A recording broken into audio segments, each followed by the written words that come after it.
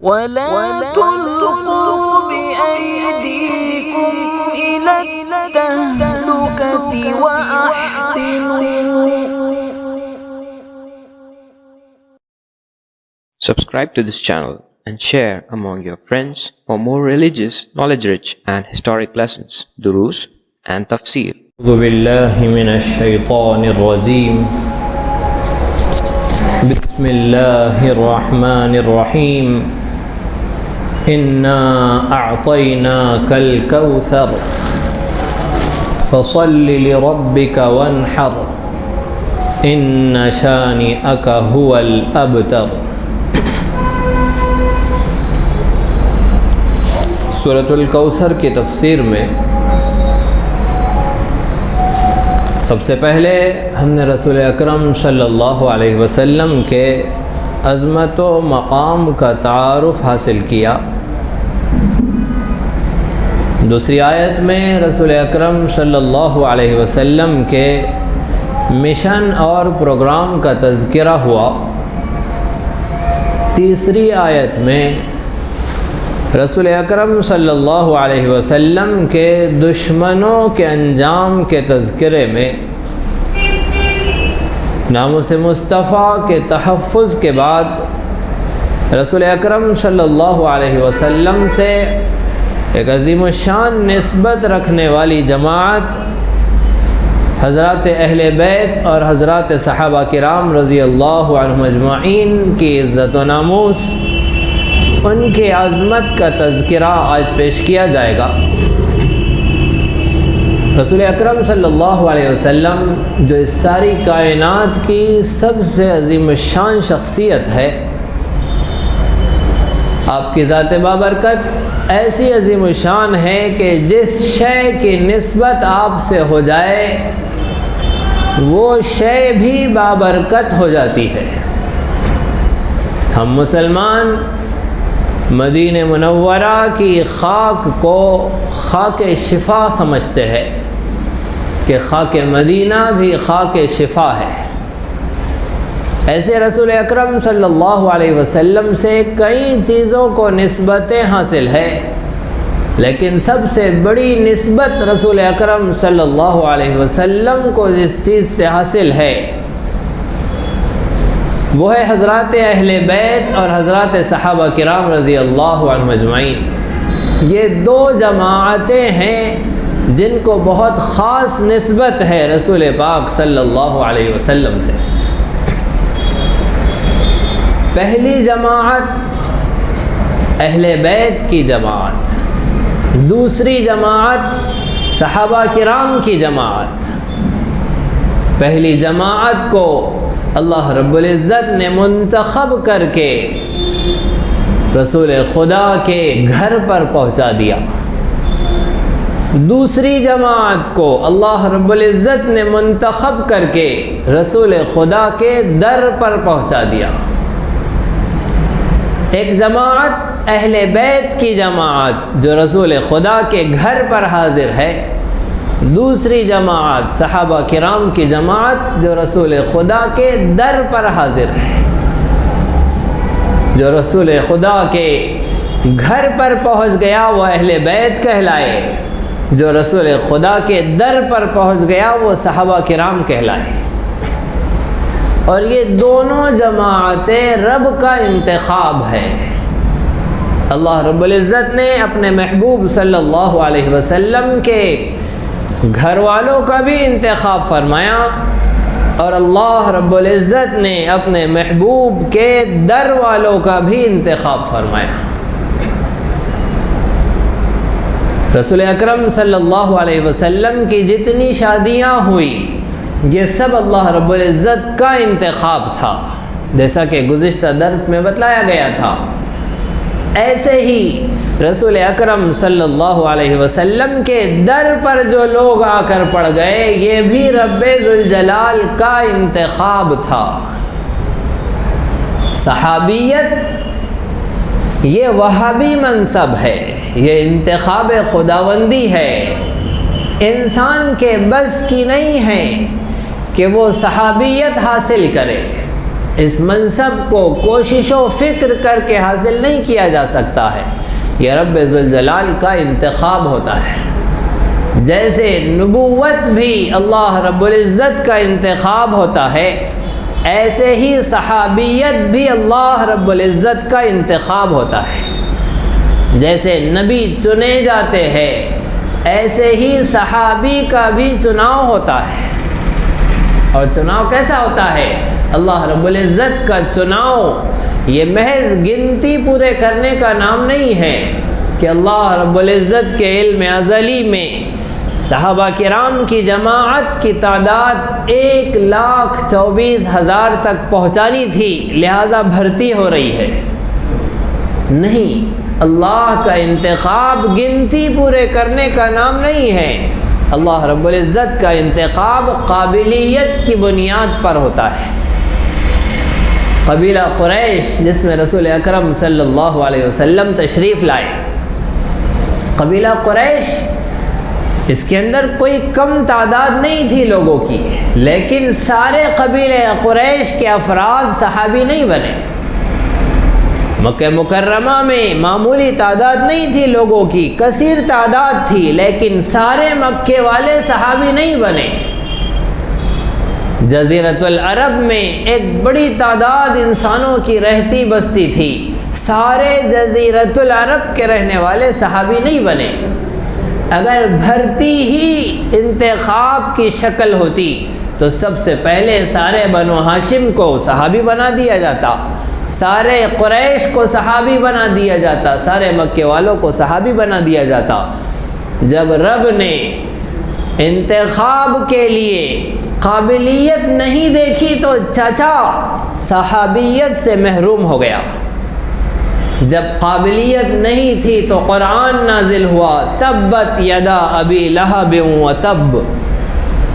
رسول خدا کا چچا ہے لیکن قابل نہیں ہے، تو اللہ رب العزت کی مار پڑی ہے، پھٹکار پڑی ہے، دنیا اور آخرت میں نامرادی مقدر ہوئی ہے۔ اور جب قابلیت تھی تو رب ذوالجلال نے حبشہ سے اٹھا کر رسول خدا کے قدموں میں پہنچا دیا۔ بلال حبشی افریقہ کے ایک ملک حبشہ کے رہنے والے ہیں، لیکن قابلیت تھی صحابیت کی، اللہ رب العزت نے مدینے پہنچایا۔ ایک شخص کے اندر قابلیت تھی، اللہ رب العزت نے روم سے چلا کر مدینے پہنچایا۔ صہیب رومی صحابی بنے، قابلیت تھی، ایران سے چل کر سلمان فارسی رسول خدا صلی اللہ علیہ وسلم کی غلامی میں داخل ہوئے۔ یمن سے چل کر ابو موسیٰ اشعری رسول خدا صلی اللہ علیہ وسلم کی بارگاہ میں پہنچے۔ غرض یہ کہ جس کے اندر قابلیت تھی وہ منتخب ہوا، جس میں قابلیت نہیں تھی وہ چچا بھی تھا تو محروم ہو گیا۔ تو صحابیت رب کا انتخاب ہے قابلیت کی بنیاد پر، کہ اللہ رب العزت نے جسے مناسب سمجھا، جسے پسند کیا، اسے صحابیت عطا کر دی۔ صحابیت یہ ایسا منصب ہے کہ اس میں نبی کریم صلی اللہ علیہ وسلم کا بھی کوئی اختیار نہیں ہے۔ نبی کریم صلی اللہ علیہ وسلم کا بھی اختیار نہیں چلتا ہے صحابیت کے منصب پر۔ اگر رسول خدا صلی اللہ علیہ وسلم کا اختیار چلتا تو ابو طالب ضرور صحابی بنتے، اس لیے کہ آپ کے محسن تھے، آپ کے ہمدرد تھے، آپ کے غمخوار تھے، سکھ دکھ میں آپ کا ایک بہت بڑا سہارا تھے، لیکن صحابی نہیں بنے۔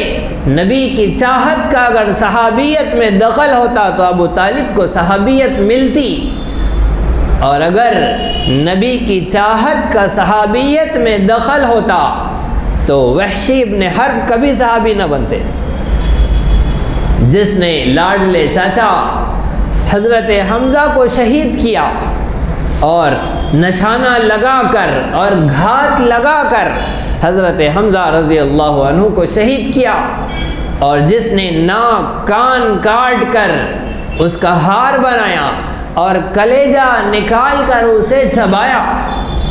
رسول اکرم صلی اللہ علیہ وسلم نے قسم کھا لی کہ ایک چاچا کا ایسا مسئلہ کیا ہے، 70 کافروں کا اسی طرح مسئلہ کروں گا۔ ایسے ہی 70 کافروں کے ناک کان کاٹ کر اور ان کے کلیجے نکال کر ان کا مصلح کروں گا۔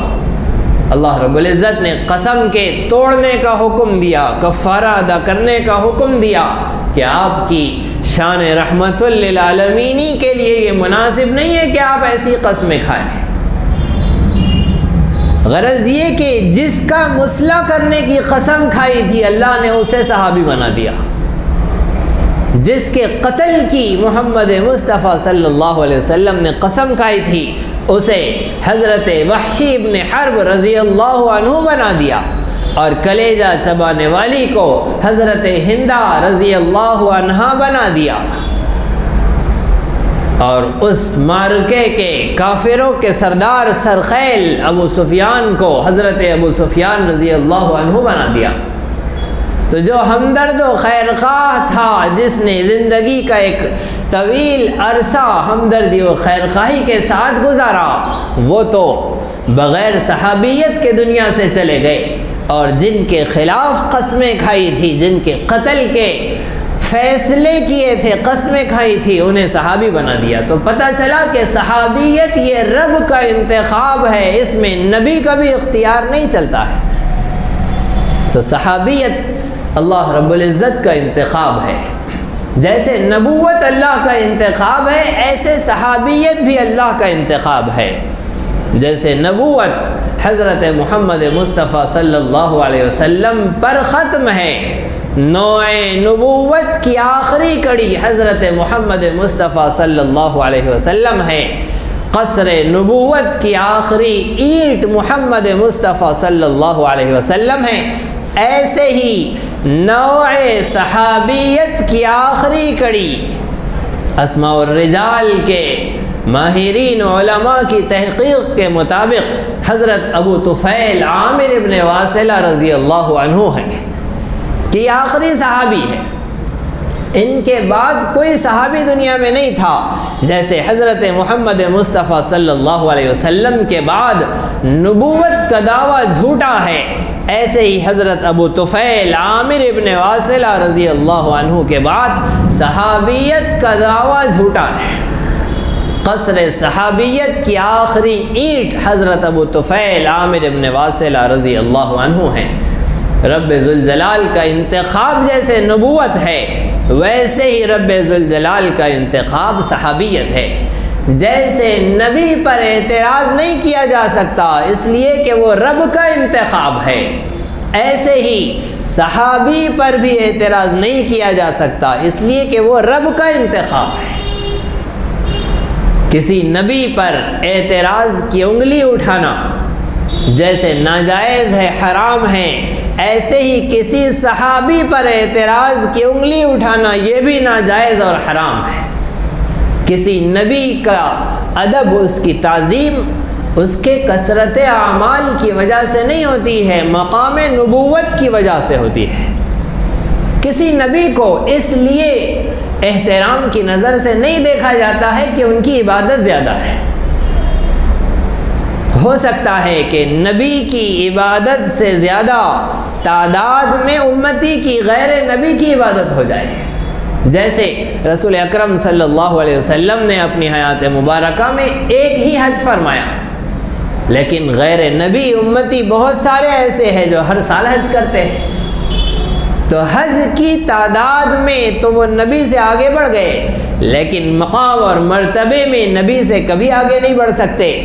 تو نبی کا ادب اور احترام، اس کی تعظیم و تکریم اس کی کثرت اعمال کی وجہ سے نہیں ہوتی ہے، ایسے ہی صحابی کا ادب اور احترام ان کی کثرت اعمال کی وجہ سے نہیں ہوتا۔ جیسے نبی کا ادب اور احترام مقام نبوت کی وجہ سے ہے اور ربوبیت سے اس کی نسبت کی وجہ سے ہے۔ نبی کا احترام کیوں ہوتا ہے؟ نمبر 1 مقام نبوت کی وجہ سے، نمبر 2 نسبت الی الربوبیت کی وجہ سے۔ اللہ رب العزت سے جو نبی کی نسبت ہے اس نسبت کی وجہ سے نبی کا احترام ہوتا ہے۔ مقام نبوت، نسبت الی الربوبیہ۔ ایسے ہی صحابی کا ادب اور احترام کثرت عبادت کی وجہ سے نہیں ہوتا ہے، بلکہ مقام صحابیت کی وجہ سے اور نسبت الی النبوت کی وجہ سے، کہ صحابی کو جو مقام صحابیت ملا ہے اللہ رب العزت کے انتخاب کی وجہ سے، اس وجہ سے ان کا احترام ہوتا ہے، اور صحابی کو جو نبی سے نسبت حاصل ہے اس نسبت کی وجہ سے صحابی کا احترام ہوتا ہے۔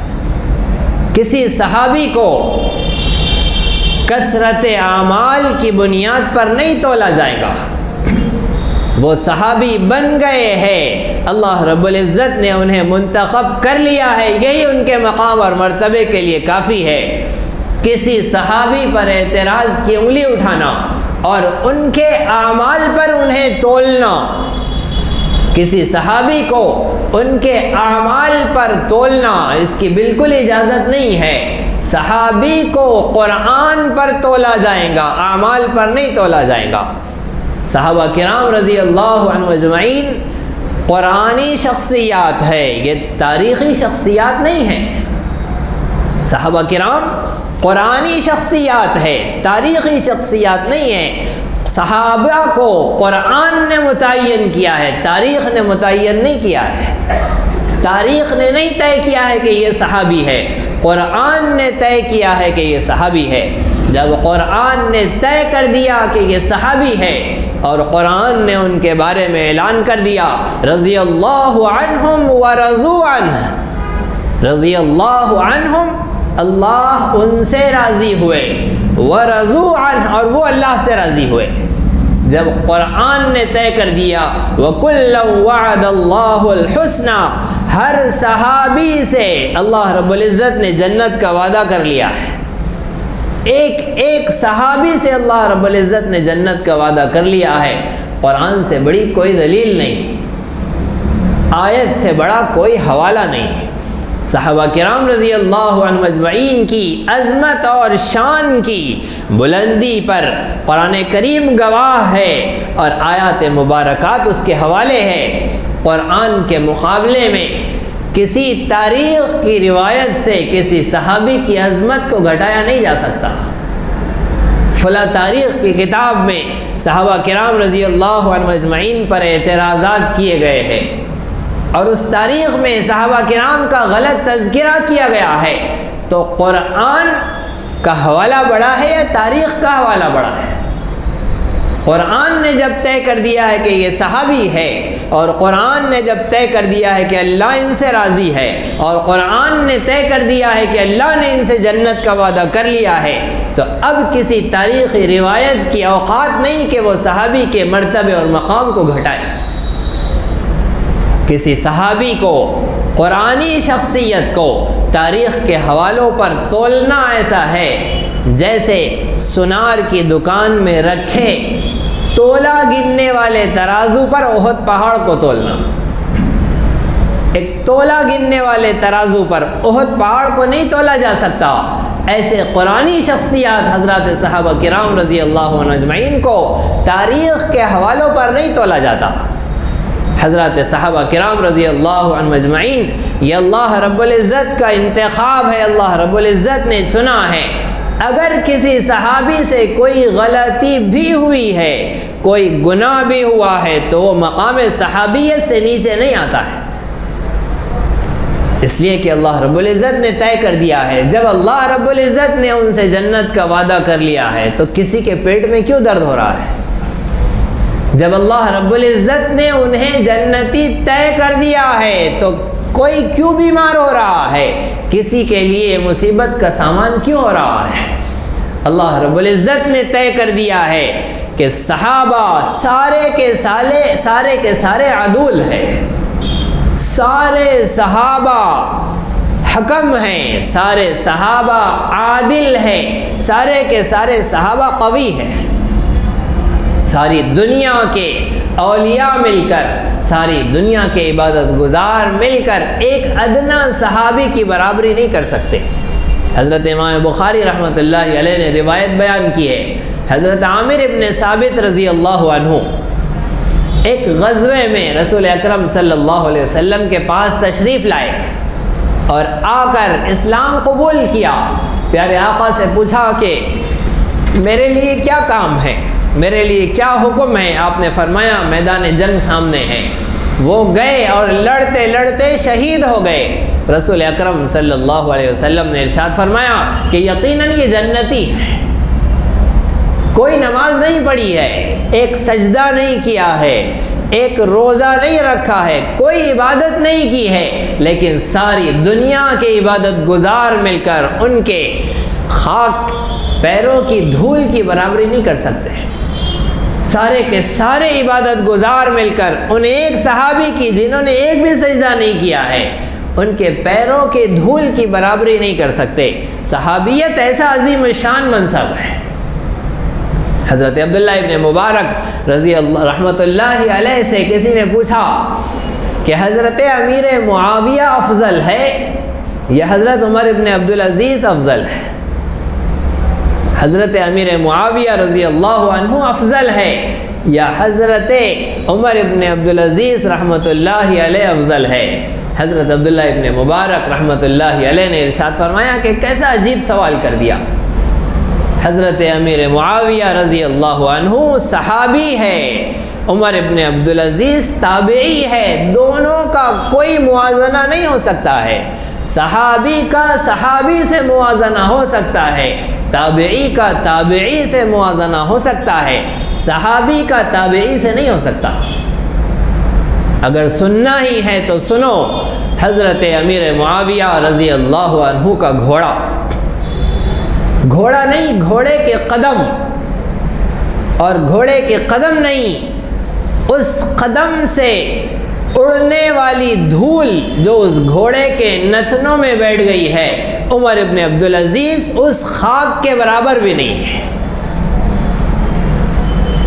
حضرت امیر معاویہ رضی اللہ عنہ کے گھوڑوں کے قدموں سے اڑنے والی خاک جو امیر معاویہ رضی اللہ عنہ کے گھوڑے کی ناک میں جا کر بیٹھی ہے، اس خاک کے برابر بھی عمر ابن عبدالعزیز نہیں ہو سکتے۔ وہ مقام ہے صحابیت۔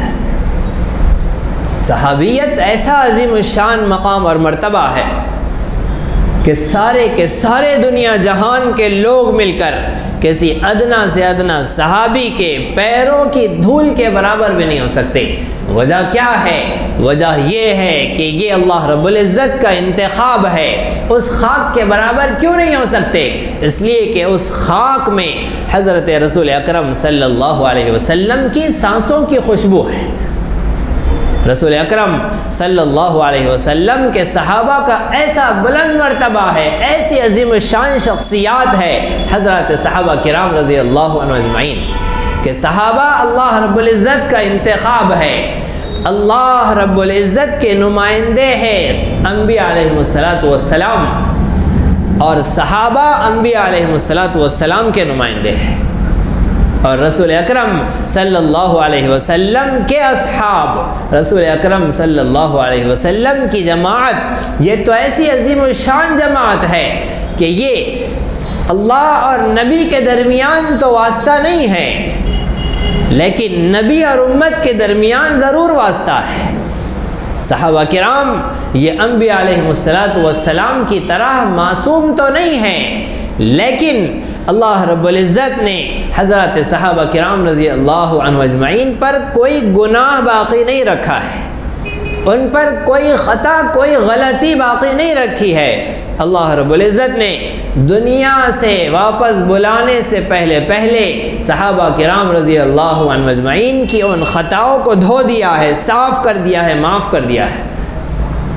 حضرات صحابہ کرام رضی اللہ عنہ اجمعین جنہیں رسول اکرم صلی اللہ علیہ وسلم کی فیض صحبت حاصل ہوئی، وہ ایسے عظیم الشان افراد ہیں۔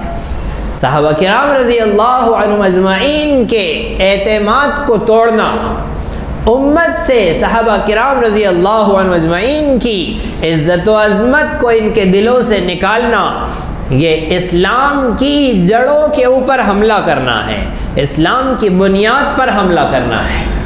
اس لیے کہ صحابہ کرام رضی اللہ عنہم اجمعین ہی ہمارے اور نبی کے درمیان واسطہ ہے۔ جیسے اللہ رب العزت سے رسول اکرم صلی اللہ علیہ وسلم کے پاس علم پہنچا ہے، ویسے رسول اکرم صلی اللہ علیہ وسلم کا علم ہمارے پاس صحابہ کرام کے ذریعے پہنچا ہے۔ جیسے رب کی مرضیات نبی کے بغیر ہمیں حاصل نہیں ہو سکتی، ویسے نبی کی تعلیم صحابہ کے بغیر ہمیں حاصل نہیں ہو سکتی۔ قرآن ہم تک صحابہ کے واسطے سے پہنچا ہے، اللہ رب العزت کی مرضیات ہم تک صحابہ کے واسطے سے پہنچی ہے، نماز جو ہم تک پہنچی ہے صحابہ کے وسیلے سے، حلال اور حرام کی تمیز ہم تک پہنچی ہے صحابہ کے وسیلے سے۔ اگر صحابہ کو درمیان سے ہٹا لیا جائے اور صحابہ پر سے اعتماد اٹھا لیا جائے اور صحابہ کو گنہگار ثابت کر دیا جائے، صحابہ کی عزت و عظمت کو تار تار کر دیا جائے، تو پھر قرآن بھی محفوظ نہیں ہے، اسلام بھی محفوظ نہیں ہے۔ صحابہ کرام رضی اللہ عنہ اجمعین پر لوگ الزامات لگاتے ہیں کہ صحابہ مرتد ہو گئے، کچھ صحابہ کے بارے میں کہتے ہیں کہ وہ مرتد ہو گئے، صحابی تھے پھر مرتد ہو گئے، جو مرتد ہو گیا وہ صحابی تھا ہی نہیں۔ قرآن کہہ رہا ہے کہ وہ لوگ جو کہتے ہیں کہ ہم ایمان لائے، وَمِنَ النَّاسِ مَن يَقُولُ آمَنَّا بِاللَّهِ وَبِالْيَوْمِ الْآخِرِ، کچھ لوگ وہ ہیں جو کہتے ہیں کہ ہم اللہ پر اور آخرت پر ایمان لائے، وَمَا هُمْ بِمُؤْمِنِينَ، قرآن ان کے بارے میں اعلان کر رہا ہے کہ وہ مومن نہیں ہیں۔ جو مومن ہی نہیں ہے وہ صحابی کہاں سے ہو سکتا ہے؟ صحابیت کی پہلی شرط ہے کہ وہ مومن ہو۔ ہم یہ بھی نہیں کہہ سکتے کہ مومن مرتد ہو گئے۔ وہ جو مرتد ہو گئے انہوں نے زبان سے کہا تھا، ان کے دل میں کیا تھا وہ تو رب نے راز کو فاش کیا ہے۔ قرآن نے کہا ہے کہ وہ زبان سے کہہ رہے ہیں کہ ہم مسلمان ہیں، ہم اللہ پر ایمان لائے ہیں، حقیقت یہ ہے کہ وہ مومن ہے ہی نہیں۔ جب مومن ہی نہیں تو صحابی تو ہو ہی نہیں سکتے۔ یہ بھی کہنے کی گنجائش نہیں ہے کہ مومن مرتد ہو گئے، تو یہ کہنے کی اجازت کہاں سے ہو سکتی ہے کہ صحابی مرتد ہو گئے؟ صحابہ کرام رضی اللہ عنہ اجمعین وہ شخصیات ہیں کہ جب رسول اکرم صلی اللہ علیہ وسلم کا در انہوں نے تھام لیا ہے تو پھر آپ کے در کو نہیں چھوڑا۔ جیسے اہل بیت نے جب آپ کے گھر کو پکڑ لیا ہے تو پھر گھر کو نہیں چھوڑا، ویسے ہی صحابہ کرام نے جب آپ کے در کو پکڑ لیا ہے تو پھر در کو نہیں چھوڑا۔ جو آپ کے گھر کا ہو گیا وہ آپ کے بعد کسی گھر کا نہیں ہوا، اور جو آپ کے در کا ہو گیا وہ آپ کے بعد کسی در کا نہیں ہوا۔ ازواج مطہرات رسول اکرم صلی اللہ علیہ وسلم کی بیویاں جب آپ کے نکاح میں آ گئی تو آپ کے بعد پھر کسی کے نکاح میں نہیں گئی۔ آپ سے پہلے کسی کے نکاح میں تھی، صرف ایک حضرت امی جان عائشہ رضی اللہ عنہا ہیں جو کنواری تھی۔ ان کے علاوہ جتنی ازواج تھی وہ پہلے کسی اور کی بیویاں تھیں، مطلقہ تھی یا بیوہ تھی، لیکن جب رسول اکرم صلی اللہ علیہ وسلم کے نکاح میں آ گئی، آپ کی گھر والی ہو گئی، تو پھر آپ کے بعد کسی کی گھر والی نہیں ہوئی۔ جب آپ کے گھر کو پکڑ لیا تو آپ کے بعد کسی کے گھر نہیں گئی، اور جس نے آپ کے در کو پکڑ لیا آپ کے بعد کسی در پر نہیں گیا۔ جیسے نبی کی بیویوں نے کسی سے نکاح نہیں کیا، ویسے صحابہ کرام رضی اللہ عنہ اجمعین نے جب رسول اکرم صلی اللہ علیہ وسلم کے در کو تھام لیا تو پھر مرتد نہیں ہوئے، آپ کے در کو انہوں نے نہیں چھوڑا۔ جیسے انبیاء علیہ السلام ساری مشقتیں برداشت کرتے رہے لیکن منصب نبوت سے معزول نہیں ہوئے، منصب نبوت سے دست بردار نہیں ہوئے، ایسے ہی صحابہ کرام رضی اللہ عنہ اجمعین تکلیفیں جھیلتے رہے، مشقتیں اٹھاتے رہے، لیکن منصب صحابیت سے دست بردار نہیں ہوئے، منصب صحابیت سے معزول نہیں ہوئے۔ نبی نے جیسے نبوت کی ذمہ داری نہیں چھوڑی، ویسے صحابی نے صحابیت کی ذمہ داری نہیں چھوڑی۔ صحابہ کرام رضی اللہ عنہ اجمعین نبی کریم صلی اللہ علیہ وسلم کے نمائندے کیسے ہیں؟ جیسے نبی رب ذوالجلال کے نمائندے ہیں، ویسے صحابی رسول خدا کے نمائندے ہیں۔ اللہ رب العزت نے انبیاء علیہم السلام کے لیے لفظ رسول استعمال کیا ہے۔ یا ایھا الرسل، یا ایھا الرسل کلوا من الطیبات واعملوا صالحا، رسول کا لفظ استعمال کیا ہے۔ اس کا مطلب ہوتا ہے پیغامبر، اس کا مطلب ہوتا ہے رب کا پیغام، رب کی مرضیات بندوں تک پہنچانے والے، انہیں رسول کہتے ہیں۔ تو یہ تو اصطلاحی معنی ہے، رسولوں کے لیے استعمال ہوتا ہے، لیکن اس کے لغوی معنی یہ ہے کہ یہ لوگوں تک پیغام پہنچاتے ہیں، لوگوں تک پیغام پہنچانے والے، انہیں بھی رسول کہتے ہیں۔ جیسے اللہ رب العزت نے قرآن کریم میں رسول اکرم صلی اللہ علیہ وسلم کے لیے اور انبیاء علیہم السلام کے لیے رسول کا لفظ استعمال کیا ہے، ایسے ہی رسول اکرم صلی اللہ علیہ وسلم نے احادیث نبویہ میں صحابہ کرام کے لیے رسول کا لفظ استعمال کیا ہے۔ اللہ رب العزت نے قرآن میں اپنے نبیوں کو پیغمبر کہا، رسول اکرم صلی اللہ علیہ وسلم نے احادیث میں اپنے صحابہ کو رسول کہا، پیغمبر کہا۔ انبیاء علیہم السلام رب کے پیغمبر اور نمائندے ہیں، صحابہ کرام نبی کریم صلی اللہ علیہ وسلم کے نمائندے ہیں۔ دلیل سنیے، حضرت رسول اکرم صلی اللہ علیہ وسلم حدیبیہ کے موقع پر، صلح حدیبیہ کے موقع پر جب مقام حدیبیہ پہنچے، کافروں نے روک دیا اور عمرے کے لیے آنے کی اجازت نہیں دی، کہا کہ پہلے آپ کا نمائندہ بھیجو، بات چیت کریں گے، اس کے بعد کچھ طے کیا جائے گا۔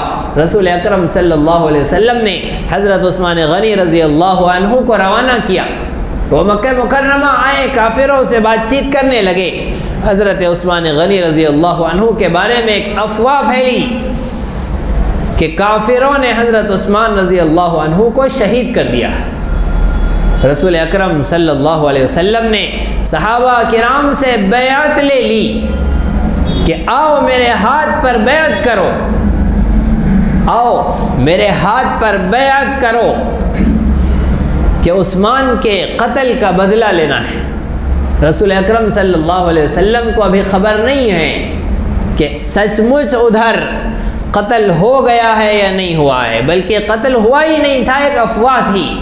اگر رسول اکرم صلی اللہ علیہ وسلم کو سچ کا علم ہوتا، جو حقیقت حال ہے مکہ مکرمہ کی، اس کا علم ہوتا تو آپ بیعت نہیں کرتے، لیکن رسول اکرم صلی اللہ علیہ وسلم نے ایک افواہ کے ملنے پر جو حضرت عثمان رضی اللہ عنہ کے قتل کا بدلہ لینے کی بیعت کر لی۔ پتہ چلا کہ رسول اکرم صلی اللہ علیہ وسلم کو مکے کے احوال کی خبر نہیں تھی، جو بات آئی تھی اس پر آپ نے اقدام کیا ہے۔ اس سے کیا بات ثابت ہوئی؟ بات یہ ثابت ہوتی ہے کہ رسول اکرم صلی اللہ علیہ وسلم کو علم غیب حاصل نہیں تھا۔ آپ حدیبیہ میں ہیں اور مکے کا حال آپ کو نہیں معلوم ہے، پتہ چلا علم غیب آپ کو حاصل نہیں تھا۔ اگر آپ کو علم غیب حاصل ہوتا تو وہ افواہ کی حقیقت آپ کو معلوم ہو جاتی اور آپ بیعت ہی نہ کرتے، لیکن رسول اکرم صلی اللہ علیہ وسلم نے بیعت کی۔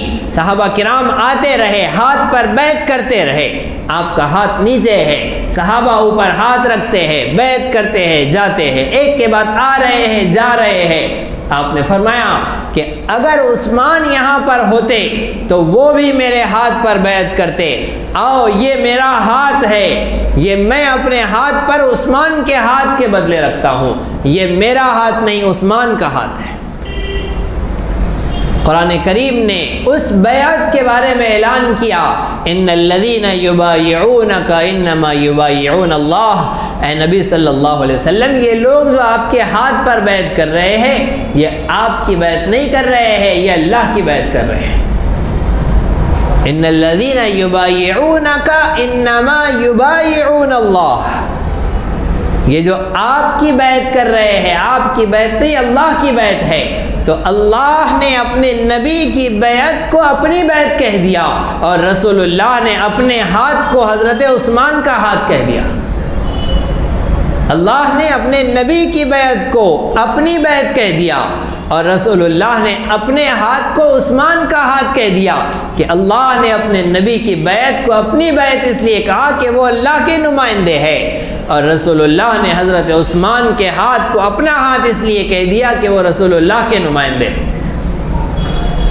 دوسری دلیل سنیے، حضرت سعد بن ابی وقاص رضی اللہ، حضرت معاذ بن جبل رضی اللہ عنہ یمن کی طرف جا رہے ہیں، یمن کے حاکم بن کر، یمن کے گورنر بن کر جب آپ جا رہے ہیں، حضرت رسول اکرم صلی اللہ علیہ وسلم نے ان سے پوچھا کہ معاذ، اگر تمہارے پاس لوگ مسائل لے کر آئے تو تم کس طرح فیصلہ کرو گے؟ حضرت معاذ رضی اللہ عنہ نے فرمایا کہ میں کتاب اللہ کے ذریعے فیصلہ کروں گا، اقضی بکتاب اللہ، کتاب اللہ کے ذریعے فیصلہ کروں گا۔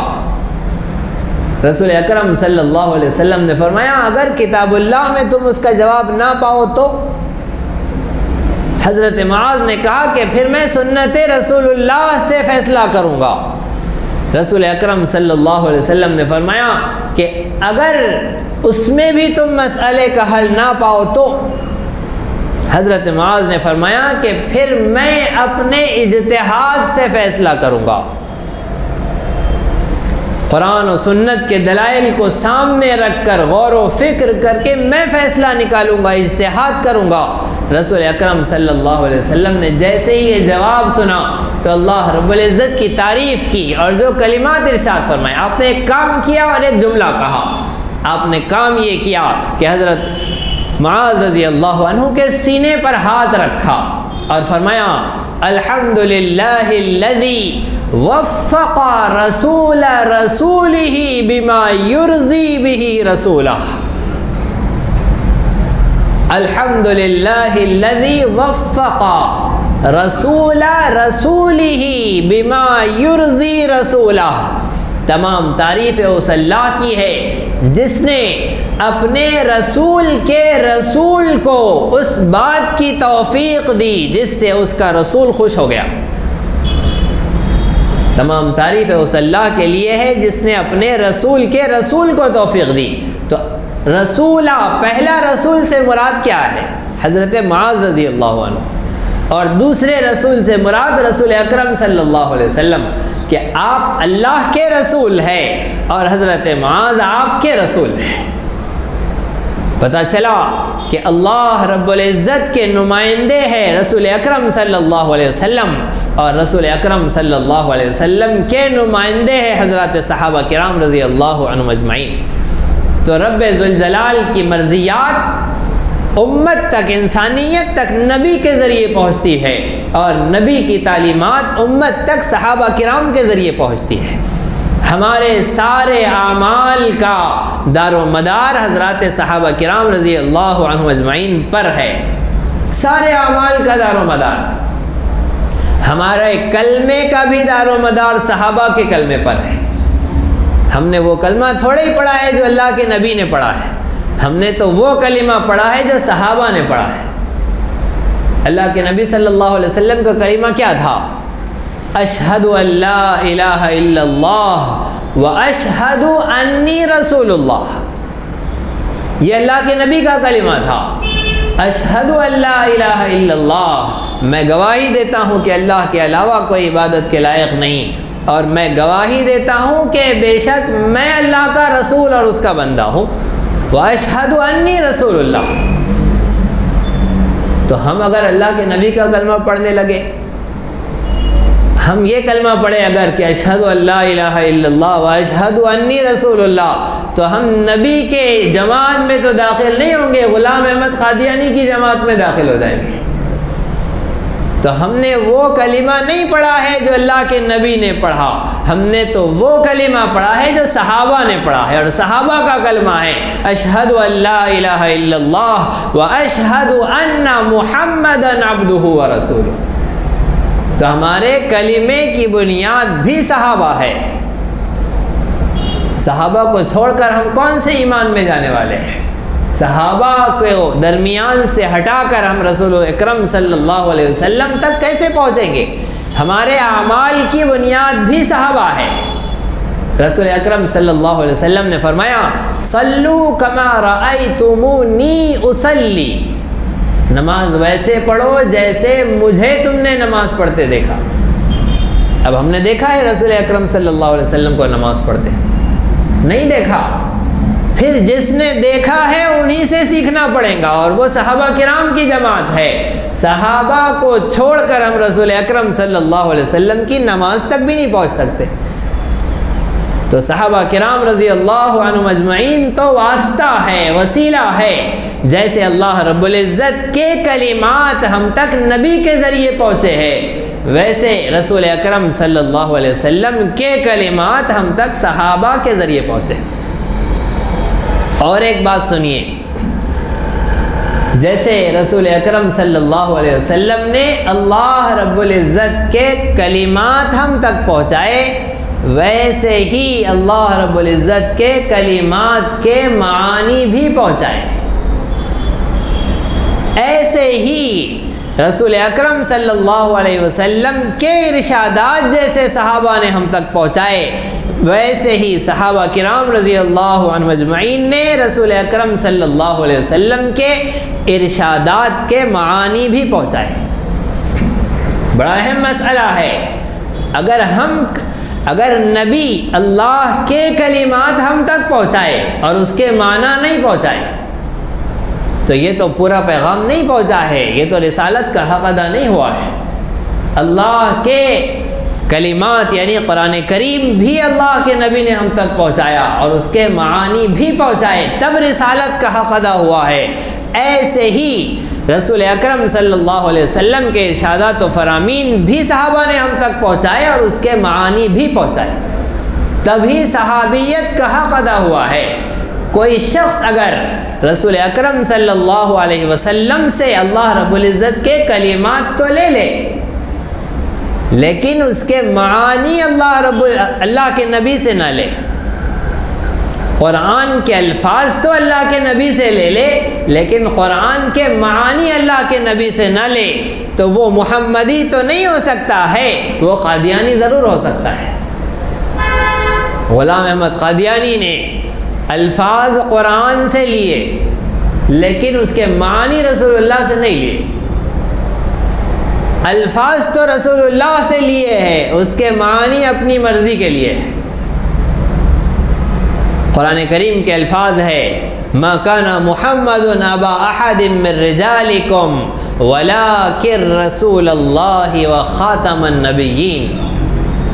محمد صلی اللہ علیہ وسلم تم میں سے مردوں کے باپ نہیں ہیں، لیکن وہ اللہ کے رسول ہیں اور خاتم النبیین ہیں۔ اب یہ خاتم النبیین کا جو لفظ لیا ہے کس سے لیا ہے؟ یہ تو حضرت محمد صلی اللہ علیہ وسلم سے لیا ہے، لیکن اس کا مطلب اپنے دل سے لیا۔ تو مطلب کیا لیا؟ مطلب لیا خاتم النبیین کا مطلب نبیوں کی مہر، خاتم کا مطلب مہر۔ اس نے یہ دعویٰ کیا کہ حضرت محمد صلی اللہ علیہ وسلم پر نبوت کی مہر لگی تھی، لہذا آپ نبی تھے۔ مجھ پر بھی نبوت کی مہر لگ گئی ہے، میں بھی نبی ہوں۔ جس خاتم النبیین کا مطلب ہوتا ہے کہ جس پر نبوت کی مہر لگ گئی وہ نبی۔ یہ مطلب غلام احمد قادیانی نے اپنی مرضی سے لیا۔ تو الفاظ رسول اللہ سے لیے اور معنی اپنی مرضی سے لے لیے تو وہ جہنم واصل ہوا، وہ کذاب اور جھوٹا ٹھہرا، اس لیے کہ الفاظ رسول اللہ سے لیے ہیں، معنی ان سے نہیں لیے۔ جب الفاظ رسول اللہ سے لیے ہیں تو معنی بھی ان سے ہی لینا چاہیے تھا، معنی بھی ان سے ہی لینا چاہیے تھا۔ آئیے ہم ان سے معنی لیتے ہیں کہ اس کے معنی کیا ہے۔ خاتم کے معنی مہر ضرور ہے۔ لغت میں خاتم کا مطلب انگوٹی ہوتا ہے جس سے مہر لگائی جاتی ہے، جس سے دستخط کی جاتی ہے، اسٹمپ ہوتا ہے۔ لغت میں اس کے معنی ضرور ہے، لیکن اگر خاتم النبیین کے معنی ہم محمد مصطفیٰ صلی اللہ علیہ وسلم سے لیتے ہیں، جیسے الفاظ ان سے لیے، معانی بھی اگر ہم ان سے ہی لیتے ہیں تو اس کا مطلب کیا ہوگا؟ اللہ کے نبی نے فرمایا انا خاتم النبیین لا نبی بعدی، میں خاتم النبیین ہوں، میرے بعد کوئی نبی نہیں آئے گا۔ تو الفاظ اگر محمد الرسول اللہ سے لیے ہیں تو اس کے معانی بھی محمد الرسول اللہ سے لینا چاہیے تھا، اور ان سے جب وہ معنی لیے ہیں تو انہوں نے کہا کہ اس کا مطلب یہ ہے کہ میرے بعد کوئی نبی نہیں آئے گا۔ تو قرآن سے ہدایت اس وقت ملے گی جب الفاظ بھی رسول اللہ سے لیجئے اور اللہ رب العزت کی مرضی ان الفاظ کے معانی بھی رسول اللہ سے لیجئے۔ ایسے ہی رسول اکرم صلی اللہ علیہ وسلم کے ارشادات و فرامین کے الفاظ اگر ہم نے صحابہ سے لیے ہیں تو اس کے معانی بھی صحابہ سے لینا پڑے گا۔ اگر صحابی سے نہیں لیں گے، کہیں اور سے لیں گے تو گمراہ ٹھہریں گے۔ اہل سنت والجماعت کا مطلب یہ ہے کہ رسول اکرم صلی اللہ علیہ وسلم کے الفاظ بھی اس جماعت صحابہ سے لو اور اس کے معانی بھی اس جماعت صحابہ ہی سے لو۔ ہم رسول اکرم صلی اللہ علیہ وسلم کے الفاظ تو صحابہ کرام سے لیں اور اس کے معنی بمبئی والے سے لیں، اس کے معنی ملیشیا والے سے لیں، اس کے معنی لاہور والے سے لے، اس کے معنی اگر دلی والے سے لے اور اس کے معنی اگر امریکہ والے سے لے تو یہ اہل سنت والجماعت نہیں ہو سکتے۔ وہ کیا ہو جائیں گے؟ اگر وہ کہہ دیا جائے تو پھر مسئلہ ہو جائے گا کہ مسجد میں قرآن کریم کے درس میں فرقہ واریت کی باتیں ہو رہی ہیں، یہ درس قرآن کی مجلس بھی فلاں جماعت اور فلاں مسلک کی مجلس ہو گئی ہے۔ یہ حقیقت حال یہ ہے کہ حضرات صحابہ کرام رضی اللہ عنہم اجمعین سے اگر ہم نے رسول اکرم صلی اللہ علیہ وسلم کے الفاظ لیے ہیں تو معانی بھی صحابہ سے لیجئے، اس کے معنی دوسروں سے مت لیجئے، اس کے معنی ہم دوسروں سے لیتے ہیں۔ اسی وجہ سے مصیبت ہے، اسی وجہ سے مسئلہ ہے۔ یہ جو اختلاف ہے نا، یہ اختلاف اسی وجہ سے ہے کہ ہم نے الفاظ صحابہ سے لیے ہیں، اس کے معنی صحابہ سے نہیں لیے۔ اس کے معنی اپنی مرضی سے لے رہے ہیں، اس کے معنی اپنی جماعت سے لے رہے ہیں، اس کے معنی اپنی تنظیم سے لے رہے ہیں، اس کے معنی اپنی تحریک سے لے رہے ہیں، اس کے معنی اپنی جمعیت سے لے رہے ہیں۔ اس وجہ سے اختلاف ہو گیا ہے۔ مثالوں سے سمجھیے، رسول اکرم صلی اللہ علیہ وسلم کا فرمان ہے، صحابہ کرام رضی اللہ عنہ اجمعین نے بیان کیا ہے، رسول اکرم صلی اللہ علیہ وسلم کے ارشاد صحابہ کے ذریعے ہم تک پہنچے ہیں۔ امام بخاری رحمۃ اللہ علیہ نے بیان کیا ہے، اللہ کے نبی نے ارشاد فرمایا کہ داڑھی بڑھاؤ، کفار کی تقلید مت کرو، کافروں کی پیروی مت کرو، داڑھی بڑھاؤ۔ یہ رسول اکرم صلی اللہ علیہ وسلم کا فرمان ہے۔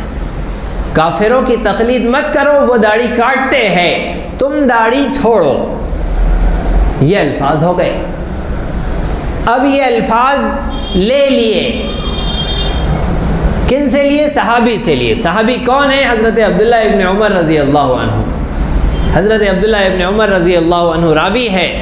اس حدیث کو رسول اکرم صلی اللہ علیہ وسلم کے اس فرمان کو صحابی سے لے لیا اور اس کے معنی اپنی مرضی سے لے لیے، تو کیا ہوا؟ اس کے معنی یہ ہوئے کہ کافروں کی پیروی مت کرو اور داڑھی بڑھاؤ۔ بڑھاؤ کا مطلب کیا ہے؟ وہ ناف تک بھی جائے تو بڑھاؤ، وہ گھٹنے تک بھی جائے تو بڑھاؤ، اور وہ ٹخنوں تک پہنچے تو بھی بڑھاؤ۔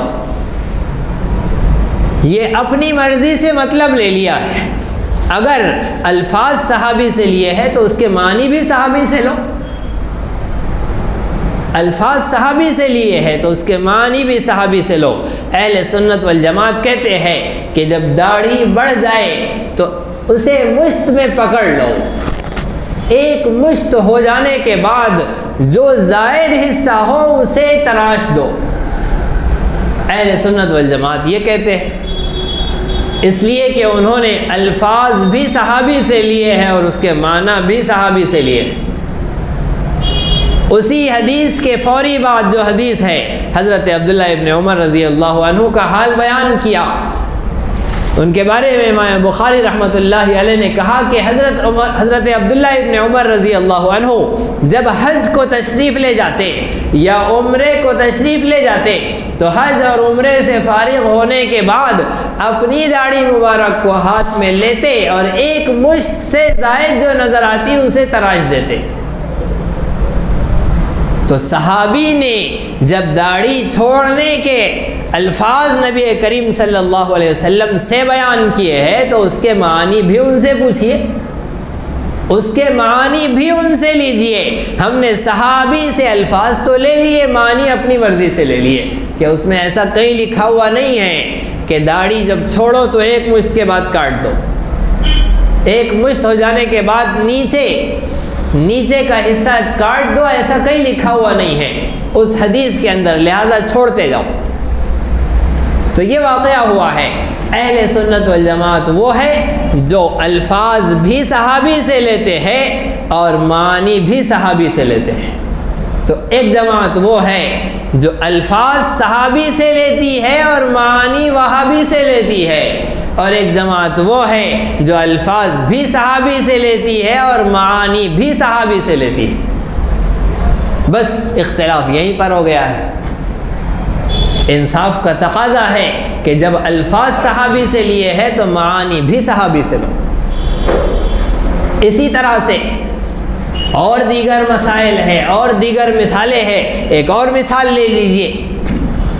حضرت رسول کریم صلی اللہ علیہ وسلم کا فرمان ہے, امام بخاری رحمۃ اللہ علیہ نے روایت کیا ہے, لا صلاۃ لمن لم یقرأ بفاتحۃ الکتاب.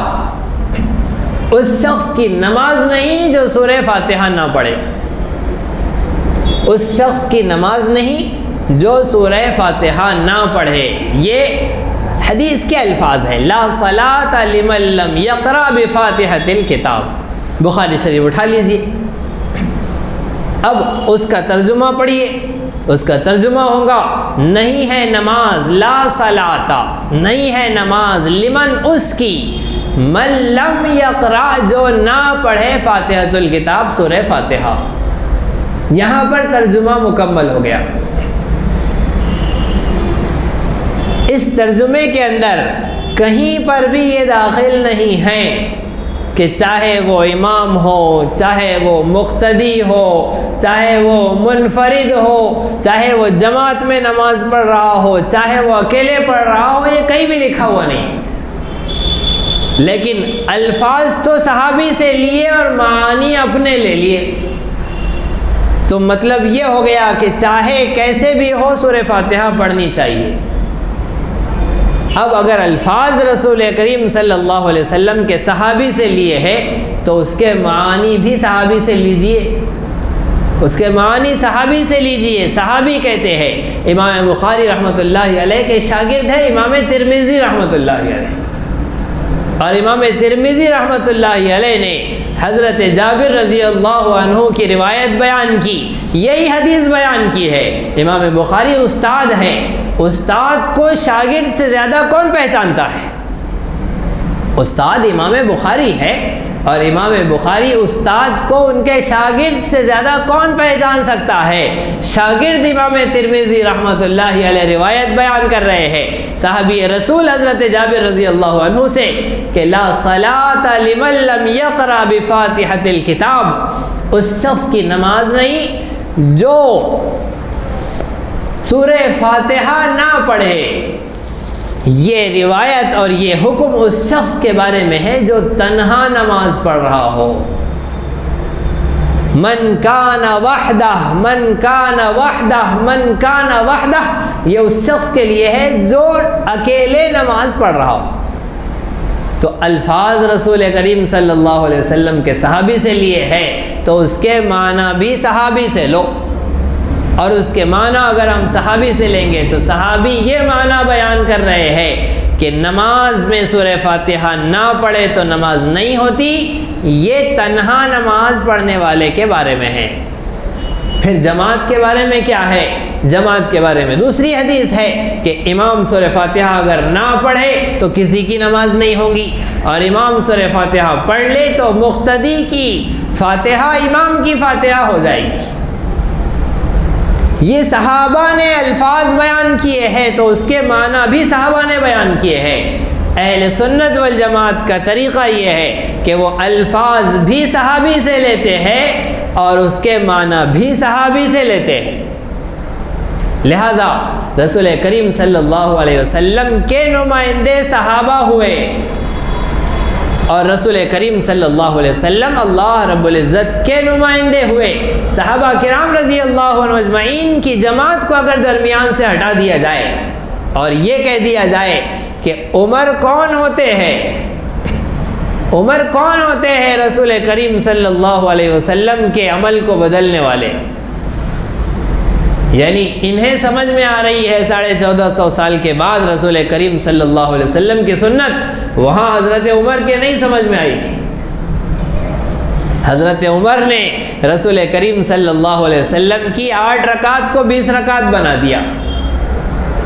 رسول کریم صلی اللہ علیہ وسلم کی 8 رکعت تراویح کو 20 رکعت تراویح بنا دی۔ عمر کو کس نے اختیار دیا؟ حضرت عمر رضی اللہ عنہ پر اعتراض اور حضرت عمر رضی اللہ عنہ کو درمیان سے ہٹانا، پھر حضرت عثمان غنی رضی اللہ عنہ پر حملہ، اور پھر حضرت علی رضی اللہ عنہ پر حملہ، اور غرض یہ کہ سارے صحابہ کرام رضی اللہ عنہ اجمعین جن کے وسیلے سے ہم تک رسول اللہ کا فرمان پہنچا، اگر عمل ان کا ہمارے فہم کے خلاف گیا، صحابی نے جو مطلب بتایا حدیث کا وہ مطلب ہمارے مزاج کے خلاف جا رہا ہے، تو ہم نے انہی پر حملہ کر دیا اور اس صحابی کو زخمی کر دیا اور اس صحابی کو اعتراضات کا نشانہ بنا دیا۔ یہ اہل سنت والجماعت کا طریقہ نہیں ہے، رسول کریم صلی اللہ علیہ وسلم کی جماعت کا طریقہ نہیں ہے۔ رسول کریم صلی اللہ علیہ وسلم کی جماعت وہ ہے جو الفاظ بھی ان کے صحابہ سے لیتی ہے اور ان الفاظ کے معنی بھی صحابہ سے لیتی ہے۔ لہٰذا ہم صحابہ کرام رضی اللہ عنہ اجمعین کی عظمت کو اتنا جانتے ہیں، صحابہ کرام رضی اللہ عنہ اجمعین کو اتنا مانتے ہیں جیسے صحابہ کرام رضی اللہ عنہ اجمعین اسلام کے نمائندے ہیں، ایسے ہی حضرات اہل بیت بھی اسلام کے نمائندے ہیں۔ جیسے ایک چہرے کی 2 آنکھیں ہوتی ہے، ایسے ہی اسلام کے چہرے کی 2 آنکھیں ہیں، ایک اہل بیت کی جماعت اور ایک صحابہ کرام کی جماعت۔ اگر ایک آنکھ نکال لی جائے تو چہرے کا حسن ختم ہو جاتا ہے، ایسے ہی صحابہ کرام میں سے اور اہل بیت میں سے کسی ایک کی بھی عظمت کو کم کر دیا جائے اور کسی ایک کے بھی ادب اور احترام کو ٹھیس پہنچائی جائے تو اسلام کا چہرہ بدنما نظر آئے گا، اسلام کامل و مکمل نظر نہیں آئے گا۔ اہل بیت کی جتنی عظمت ہے اتنی ہی صحابہ کرام کی بھی عظمت ہے۔ اہل بیت کا اور صحابہ کا اللہ رب العزت نے اس لیے انتخاب کیا کہ رسول اکرم صلی اللہ علیہ وسلم کا فیضان 2 چشموں سے چلا ہے، ایک رسول خدا کے گھر سے چلا ہے اور ایک رسول خدا کے در سے چلا ہے۔ جو رسول اللہ کا فیضان ان کے گھر سے چلا ہے اسے اہل بیت نے محفوظ کیا ہے، اور جو فیضان نبوت رسول اللہ کے در سے چلا ہے اسے صحابہ کرام رضی اللہ عنہ اجمعین نے محفوظ کیا ہے۔ اگر رسول اکرم صلی اللہ علیہ وسلم کے گھر کی زندگی غیر محفوظ رہ جاتی، صرف در کی زندگی محفوظ رہتی، تو بھی رسول اکرم صلی اللہ علیہ وسلم کی شریعت ادھوری تھی، اور اگر رسول اکرم صلی اللہ علیہ وسلم کے گھر کی زندگی محفوظ رہ جاتی، آپ کے در کی زندگی محفوظ نہ رہتی تو بھی شریعت ادھوری تھی۔ اگر رسول اکرم صلی اللہ علیہ وسلم کی ذات بابرکت آئیڈیل ہے، نمونہ اور اسوہ ہے، آپ کی سیرت اگر انسانیت کے لیے نمونہ اور اسوہ ہے تو اسے دونوں طرح سے مکمل ہونا ضروری تھا۔ گھر کی تعلیم بھی مکمل محفوظ ہونی چاہیے تھی اور در کی تعلیم بھی مکمل اور محفوظ ہونی چاہیے تھی۔ لہٰذا اللہ رب العزت نے 2 انتظام کیے، آپ کے اہل بیت کا بھی سلسلہ جاری کیا، آپ کے صحابہ کرام کا سلسلہ بھی جاری کیا، دونوں کے دونوں معزز اور محترم ہیں، کسی ایک کے بارے میں بھی یہ فیصلہ نہیں کیا جا سکتا کہ یہ کم ہے یہ کم ہے، جیسے ہم اپنے چہرے کی دو آنکھوں کے بارے میں فیصلہ نہیں کر سکتے کہ یہ آنکھ افضل ہے یا یہ آنکھ افضل ہے، یہ آنکھ ہونی چاہیے تھی یا یہ ہونی چاہیے تھی، ہم کہیں گے کہ دونوں ہونی چاہیے تھی اور دونوں ہیں۔ ایسے ہی صحابہ کرام رضی اللہ عنہ اجمعین کی جماعت اور اہل بیت کی جماعت دونوں ضروری تھی، دونوں اہم تھی۔ اور اہل بیت کون ہیں؟ اس بات کو سمجھیے کہ اہل بیت کون ہے۔ اہل کا مطلب کیا ہے؟ اہل ایک اردو کا بھی اہل ہے، ایک فارسی کا بھی اہل ہے اور ایک عربی کا بھی اہل ہے۔ اگر اردو میں کہا جائے تو گھر والے اس کا معنی ہوتا ہے، فارسی میں کہا جائے تو اہل خانہ اس کا نام ہوتا ہے، اور عربی میں اگر کہا جائے تو اہل بیت اس کا نام ہوتا ہے۔ اردو میں گھر والے، فارسی میں اہل خانہ اور عربی میں اہل بیت۔ گھر والے، کسی مرد کی طرف اگر گھر والے کی نسبت ہوئی کہ آپ کے گھر والے کہاں ہیں، کسی آدمی سے اگر کہا جائے کہ آپ کے گھر والے آج کہاں ہیں، تو وہ مرد جب سنتا ہے اس جملے کو، اس سوال کو، تو فوری سمجھ جاتا ہے اور ہر سننے والا سمجھ جاتا ہے کہ صاحب کی بیوی کے بارے میں بات ہو رہی ہے۔ عورت سے اگر پوچھا جائے کہ آپ کا گھر والا کہاں ہے، تو فوری سننے والا اس بات کو سمجھ جائے گا کہ ان کے شوہر کے بارے میں بات ہو رہی ہے۔ سب سے پہلے مرد کے گھر والے میں جو شخصیت داخل ہے وہ شوہر کی بیوی ہوتی ہے، وہ اس مرد کی بیوی ہوتی ہے۔ باقی دوسرے بھی گھر والے ہوتے ہیں۔ مثال کے طور پر جیسے ایک شخص اگر انگوٹھی خریدنے کے لیے گیا، انگوٹھی والے نے پوچھا، سونار نے پوچھا کہ کس کے لیے خرید رہے ہو؟ اس شخص نے کہا کہ گھر والوں کے لیے خرید رہے ہیں، تو سونار فوری سمجھ جائے گا کہ یہ بیوی کے لیے خرید رہے ہیں، فوری سمجھ جائے گا کہ یہ بیوی کے لیے خرید رہے ہیں۔ پہلے نمبر پر گھر والوں میں، اہل خانہ میں، اہل بیت میں بیوی داخل ہوتی ہے سب سے پہلے نمبر پر۔ چاہے کسی زبان میں مطلب لے لیجئے، چاہے فارسی میں لے لیجئے، چاہے اردو میں لے لیجئے، چاہے عربی میں لے لیجئے۔ دوسرے لوگ بعد میں داخل ہوتے ہیں، والدین ہیں، اولاد ہے، بہن بھائی ہے، یہ بھی گھر والوں میں داخل ہے، لیکن دوسرے نمبر پر۔ پہلے نمبر پر بیوی گھر والوں میں داخل ہوتی ہے۔ دوسرے کب داخل ہوں گے؟ جیسے اگر بہت سارے آم خرید کر لے کر جا رہے ہیں، پوچھے کہ اتنے سارے آم خرید کر لے جا رہے ہیں، 10 کلو آم کس کے لیے لے کر جا رہے ہیں؟ کہے کہ گھر والوں کے لیے لے جا رہے ہیں، تو اب آم والا نہیں کہے گا کہ بیگم صاحبہ کے لیے لے جا رہے ہیں، ورنہ اتنے سارے 10 کلو آم بیچاری کیسے کھائیں گی؟ گھر والے اب بیوی کے لیے نہیں سمجھا جائے گا، بیوی تو ضرور داخل ہے، اب والدین، بہن بھائی اور بال بچے اور بھانجے بھتیجے اور سارا خاندان سب کا سب داخل ہو جائے گا، لیکن بیوی اس میں سے خارج نہیں ہوں گی۔ کوئی بھی عام والا یہ نہیں سمجھے گا اس جواب میں، جب کہے کہ کس کے لیے لے کر جا رہے ہیں اور یہ جواب دے کہ گھر والوں کے لیے، تو عام والے نے سمجھ لیا کہ یہ سب کے لیے لے کر جا رہے ہیں سوائے بیوی کے۔ ایسا ہو ہی نہیں سکتا ہے، کوئی بھی شخص گھر والوں میں سے بیوی کو خارج نہیں کر سکتا ہے، بیوی پہلے نمبر پر داخل ہے۔ اور کبھی کبھی یہ ہوتا ہے کہ گھر والوں سے صرف بیوی ہی مراد لی جاتی ہے، تو اللہ کے نبی صلی اللہ علیہ وسلم کے گھر والوں میں سب سے پہلے آپ کی ازواج مطہرات داخل ہے، اس کے بعد پھر آپ کے گھرانے کا سب کا نمبر آئے گا اور سب کے سب اس میں داخل ہوں گے۔ قرآن کریم کا جو فیصلہ ہے، قرآن کریم کا جو اعلان ہے، یا نساء النبی لستن کاحد من النساء، اے نبی کی عورتوں، یا نساء النبی، اے نبی کی عورتوں، لستن کاحد من النساء، تم دوسری عورتوں کی طرح نہیں ہو، تمہارا مقام اور مرتبہ، اے نبی کی گھر والیوں، تمہارا مقام اور مرتبہ دوسروں کی طرح نہیں ہے، دوسری عورتوں کی طرح نہیں ہے۔ تو یہ جو نبی کی گھر والیوں کہا گیا ہے یا نساء النبی، اس میں حضرت فاطمہ داخل نہیں ہے۔ اے نبی کی گھر والیوں، اس میں حضرت حسن داخل نہیں ہے، اس میں حضرت حسین داخل نہیں ہے، اس میں حضرت علی داخل نہیں ہے، اس میں حضرت عباس داخل نہیں ہے، اس میں حضرت جعفر داخل نہیں ہے۔ کوئی بھی اس میں نہیں آئیں گے قرآن کے اس فیصلے میں، اے نبی کی گھر والیوں، اس لیے کہ نساء کا مطلب عورتیں ہوتا ہے، یا نساء نبی کا مطلب ہے نبی کی بیویوں۔ تو اہل بیت کا تذکرہ قرآن مجید میں اس آیت میں ہوا ہے، اور اس آیت میں اہل بیت میں حضرت علی، حضرت فاطمہ، حسن حسین رضی اللہ عنہم اجمعین ہے ہی نہیں شامل۔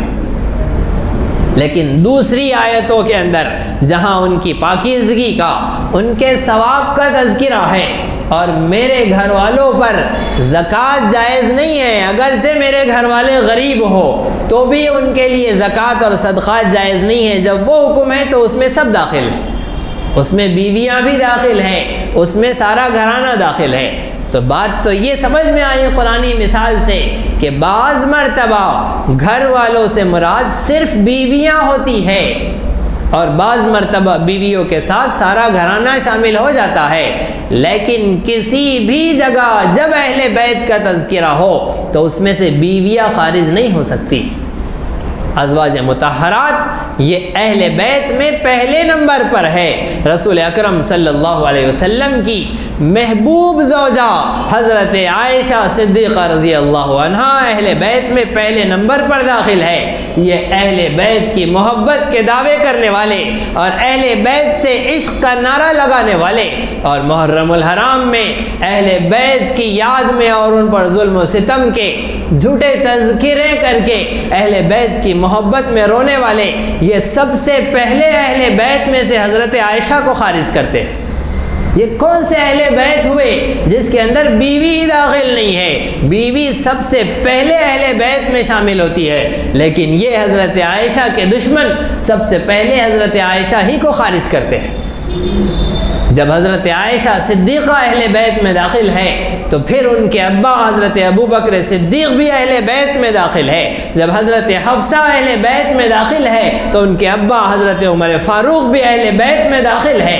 جب آپ کی بیٹی حضرت ام کلثوم اہل بیت میں داخل ہے تو حضرت عثمان غنی ان کے شوہر بھی اہل بیت میں داخل ہے۔ حضرت فاطمہ کے شوہر تو ہے ہی اہل بیت میں داخل، وہ تو آپ کے چچا زاد بھائی بھی تھے اور داماد بھی تھے، لیکن یہ رسول اللہ کے دشمن، یہ ان کے اہل بیت کے دشمن، یہ صحابہ کے دشمن ابو بکر صدیق کو اہل بیت سے خارج کرتے ہیں، عمر فاروق کو اہل بیت سے خارج کرتے ہیں، عثمان غنی کو اہل بیت سے خارج کرتے ہیں، حضرت عائشہ کو اہل بیت سے نکال دیتے ہیں، حضرت عثمان غنی کو، حضرت عمر کو، حضرت ابو بکر صدیق کو، حضرت عائشہ کو۔ جب تک کوئی شیعہ کافر نہیں مانتا تب تک وہ شیعہ نہیں ہوتا۔ ایک شیعہ کے شیعہ ہونے کے لیے دنیا کے 8 لوگوں کو جہنمی ماننا فرض ہے۔ جب تک وہ 8 لوگوں کو جہنمی نہ مانے، کافر نہ مانے، شیعہ نہیں ہو سکتا۔ 4 امت محمدیہ کے افراد اور 4 امت محمدیہ کے پہلے کے افراد جیسے فرعون اور قارون اور حامان اور شداد کو یہ جہنمی مانتے ہیں، ایسے ہی نعوذ باللہ ابو بکر صدیق کو، فاروق اعظم کو، عثمان غنی کو، امی عائشہ کو جہنمی مانتے ہیں۔ جب تک یہ انہیں کافر اور جہنمی نہ کہے شیعہ نہیں ہوتے۔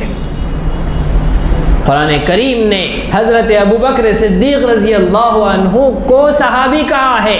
سارے قرآن میں 1,24,000 صحابہ میں سے کسی صحابی کو صحابی نہیں کہا گیا، صرف ابو بکر صدیق کے لیے صحابی کا لفظ استعمال ہوا ہے۔ اذ یقول لصاحبہ لا تحزن ان اللہ معنا، ہجرت کے سفر کو قرآن نے بیان کیا، اور رسول اکرم صلی اللہ علیہ وسلم کے ساتھ ابو بکر صدیق تھے۔ وہاں قرآن نے کہا اس وقت کو یاد کرو جب کہ ہمارے محبوب نے ان کے صحابی سے کہا تھا میری فکر مت کرو، میرے لیے غم مت کھاؤ۔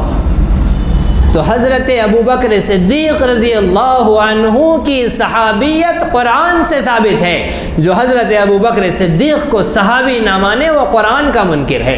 ابو بکر صدیق کی عظمت، ان کا جنتی ہونا قرآن سے ثابت ہے. جو ابو بکر صدیق کو جہنمی کہے وہ کافر ہے.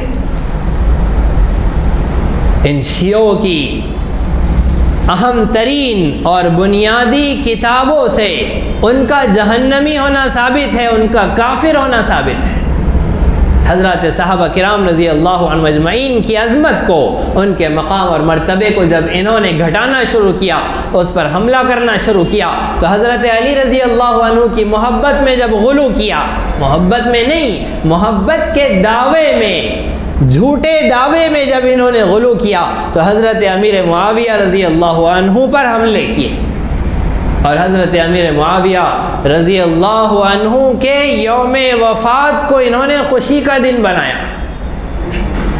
حضرت امیر معاویہ رضی اللہ عنہ کے یوم وفات کو انہوں نے خوشی کا دن بنایا، اور اس دن میٹھا پکانے کا اور میٹھا کھلانے کا ایک رواج داخل کیا، اور لوگوں میں اسے رائج کیا، اور اتنا رائج کیا کہ وہ شیعوں سے جب آگے بڑھ کر سنیوں میں داخل ہوئی تو ایک من گھڑت کہانی بنا دی. اوپر سے تو دوسری کہانی ہے، اندر سے حقیقت دوسری ہے. 22 رجب المرجب حضرت امیر معاویہ رضی اللہ عنہ کی وفات کا دن ہے. حضرت امیر معاویہ رضی اللہ عنہ کے وفات کے دن ان شیعوں نے کنڈوں کی رسم رائج کی اور نام دے دیا حضرت امام جعفر صادق رضی اللہ عنہ کی وصیت کا. حضرت امام جعفر صادق رضی اللہ عنہ کی نہ پیدائش 22 رجب کی ہے، نہ ان کی وفات 22 رجب کی ہے. رجب کے مہینے سے امام جعفر صادق کا تعلق ہی نہیں ہے. امام جعفر صادق رضی اللہ عنہ کا زمانہ گزرا، ایک طویل عرصہ گزر گیا، صدی گزر گئی. ابھی ماضی قریب میں 1916 میں دہلی کے اندر، شہر دہلی میں ایک شیعہ شاعر امیر مینائی نے اپنی ایک محبوبہ بلکہ ایک طوائف کی اصرار پر اور اس کے غم کو ہلکا کرنے کے لیے امیر مینائی نے ایک من گھڑت منقبت اور ایک من گھڑت کلام اور ایک من گھڑت ایک کہانی پیش کی، جس کے اندر امام جعفر صادق رضی اللہ عنہ کا نام لے کر ان کی وصیت کا حوالہ دے کر یہ کہہ دیا کہ 22 رجب کو میری پیدائش کے دن جو شخص کنڈا لے اور اس کے اندر کھیر بنائے، پوریا پکائے اور لوگوں کو کھلائے، تو میں اس کے گناہوں کی معافی کے لیے اور دنیا بھر کے اس کے مسائل کی پریشانیوں کے دور کرنے کے لیے اللہ رب العزت کے یہاں گواہ رہوں گا. اس کی مصیبتیں، اس کی پریشانیاں دور ہو جائیں گی. اگر یہ 22 رجب کے کنڈے کرنے کے بعد بھی مصیبتیں دور نہیں ہوئی تو قیامت کے دن میرا گلا پکڑ لینا. حضرت امام جعفر صادق کا حوالے سے یہ جھوٹی روایت شیعوں نے بیان کی.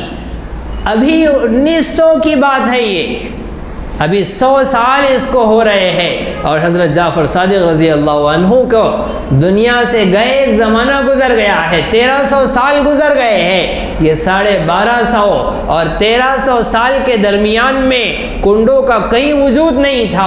امام جعفر صادق کی کہیں روایت نہیں تھی، کہیں یہ حوالہ نہیں تھا، یہ کہیں تذکرہ نہیں تھا. 100 سال پہلے یہ من گھڑت واقعہ سامنے آیا، اور صرف حضرت امیر معاویہ رضی اللہ عنہ کی وفات کی خوشی میں ان شیعوں نے اس کنڈے کی رسم رائج کی، اور امت مسلمہ جیسی دین کے معاملے میں بھولی بھالی واقع ہوئی ہے، انہوں نے بھی حضرت امام جعفر صادق کی وصیت سمجھ کر اس من گھڑت روایت کو قبول کر لیا، تسلیم کر لیا، اور ایک بڑی عبادت سمجھ کر، نماز روزے سے بڑی عبادت، حج اور عمرے سے بڑی عبادت، حق زکوٰۃ اور صدقات سے بڑی عبادت، امانت اور دیانت سے بڑی عبادت سمجھ کر، کنڈوں کی رسم کو اپنے اوپر سب سے بڑا فریضہ سمجھ کر 22 رجب کو اس کا اہتمام کرنا شروع کیا.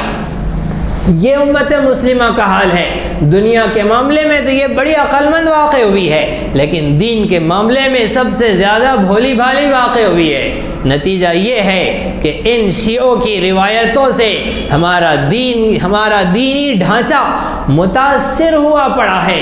ضرورت اس بات کی ہے کہ ہم حضرات صحابہ کرام رضی اللہ عنہ اجمعین کو رسول اللہ کا نمائندہ تسلیم کریں، صحابہ کرام رضی اللہ عنہ اجمعین کی عظمت و افادیت، ان کی اہمیت کو جانیں، اور حضرات صحابہ کرام رضی اللہ عنہ اجمعین کے مقام اور مرتبے کو سمجھیں۔ جب ہم نے اللہ کے کلام کو رسول اللہ سے لیا ہے اور اللہ کے کلام کے معانی بھی رسول اللہ سے لیے ہیں، ایسے ہی ہم رسول اللہ کے نمائندے حضرات صحابہ کرام رضی اللہ عنہ اجمعین سے رسول اللہ کے الفاظ لیں اور اس کے معانی بھی حضرات صحابہ کرام ہی سے لیں، تاکہ پھر سے وہ دور واپس چلا آئے، پھر سے حضرات صحابہ کرام رضی اللہ عنہ اجمعین کا دینی نمونہ دنیا کے سامنے پیش ہو جائے، اور مدینہ منورہ کی وہ فضا پھر سے دنیا کے اندر قائم ہو جائے، اور دین کی وہ شکلیں اور عبادتوں کی وہ روح اور جان اور دین اسلام کا وہ اثاثہ اور سرمایہ اور وہ جثہ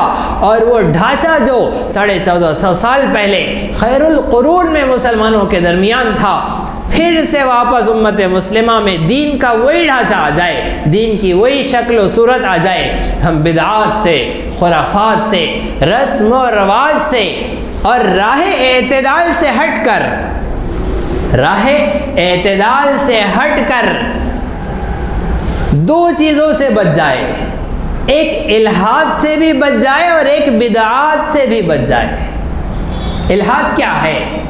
رسول اکرم صلی اللہ علیہ وسلم نے جس کام کو کیا پھر چھوڑ دیا، یا پھر رسول اکرم صلی اللہ علیہ وسلم کے جس عمل کو صحابہ نے کیا پھر چھوڑ دیا، ہم ضد میں آ جائے اور اڑ جائے کہ رسول اللہ نے چھوڑ دیا تھا مگر ہم پھر بھی کریں گے، صحابہ کرام نے چھوڑ دیا تھا ہم نہیں چھوڑیں گے، ہم پھر کریں گے۔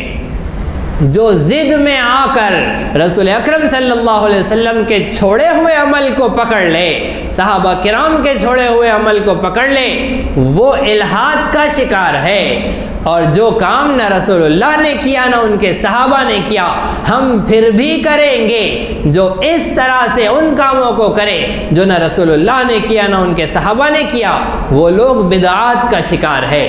ہم نہ الحاد کا شکار ہو نہ بدعات کا شکار ہو، جو رسول اللہ کے چھوڑے ہوئے عمل کو چھوڑ دے، جو صحابہ کے چھوڑے ہوئے عمل کو چھوڑ دے، اور جو کام رسول اللہ نے کیا نہ صحابہ نے کیا اسے بھی چھوڑ دے، اسے اہل سنت والجماعت کہتے ہیں۔ اللہ رب العزت ہمیں اہل سنت والجماعت میں داخل فرمائیں، صحابہ کرام رضی اللہ عنہ اجمعین کی عظمت کو جاننے کی توفیق عطا فرمائیں۔